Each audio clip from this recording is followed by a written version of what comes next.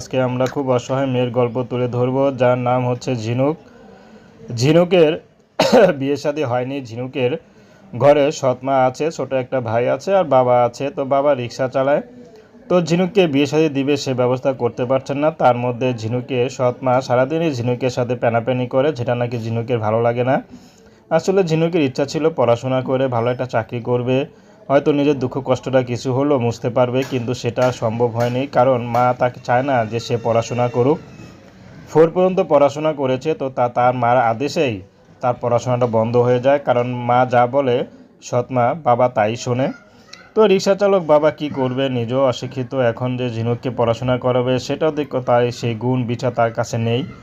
তো যাই হোক, তার মা তাকে বুঝিয়েছে ঝিনুককে পড়াশোনা করে কি হবে, বিয়ে শাদী দিলে ঘরমশাই লাগবে, স্বামী খেত সেবাই করতে হবে। তো যাই হোক, এখন ঝিনুক এসেছে, যদি ভালো একটা জীবনসঙ্গী পায় তাহলে বিয়ে শাদী করবে। যে যৌতুক ছাড়া তাকে বিয়ে শাদী করবে, সে যেমন বয়সের হোক যেমন চেহারার হোক। তো দর্শক, প্রেম ভালোবাসা সাহায্য সহযোগিতা বিয়ে শাদী করা